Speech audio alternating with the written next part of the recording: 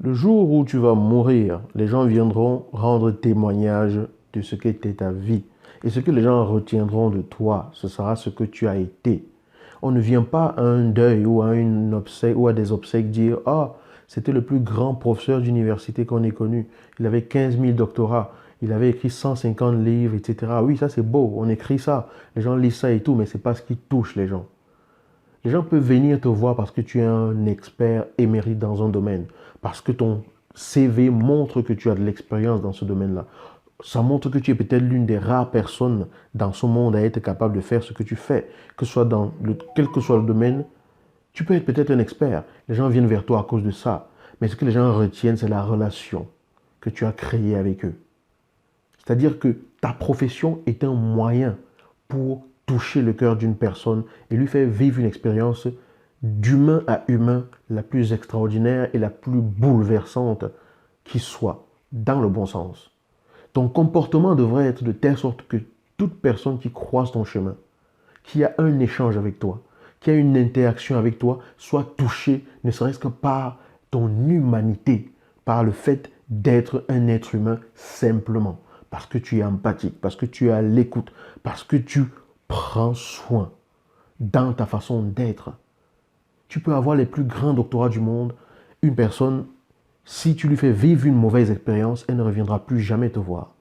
Nous, on voit des patients qui viennent, qui nous disent, je suis allé dans tel CHU, dans telle ville de la France et tout, j'ai rencontré un grand professeur et tout ça, mais je n'y retournerai plus jamais.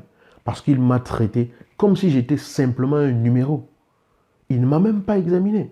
Il m'a posé deux questions, il m'a touché. Là, vous venez de discuter avec moi et de me poser des questions comme personne ne l'a jamais fait jusqu'ici. Ce que l'être humain recherche, c'est l'expérience. Alors, est-ce que ton travail pour toi étouffe qui tu es? Est-ce que ton travail pour toi est un déguisement que tu portes et qui cache ta véritable nature? Ou bien est-ce que ta nature transparaît à travers ton travail? Ou bien est-ce que ta façon de faire ton travail est un prolongement de ta nature? Pour moi, les choses devraient aller dans ce sens-là. Tout est une occasion de rencontre. Tout est une occasion d'émulsion. Les êtres humains doivent bien pouvoir se rencontrer d'une façon ou d'une autre. Les gens vont te rencontrer à travers ton travail. D'autres personnes vont te rencontrer à travers le fait que tu es allé chercher un service ou le fait que tu es sorti te promener.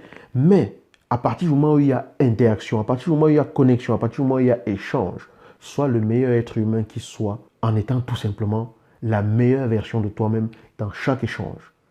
Et tu verras que tu marqueras les gens de la façon positive. Je ne dis pas qu'il faut courir pour chercher à compiler les occasions de marquer les gens, mais je dis simplement que ce que les gens retiennent, c'est ce que tu leur fais vivre, c'est ce que tu leur fais ressentir dans ta présence, dans ton être.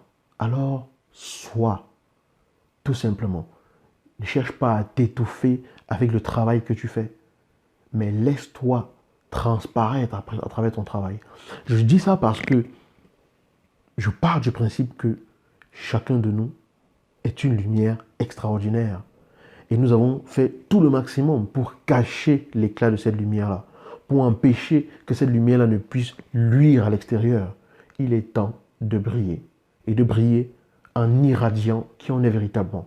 Et pour cela, sois clair avec toi-même. Aligne-toi avec toi-même dans ta vie et laisse-toi simplement pulser dans le monde.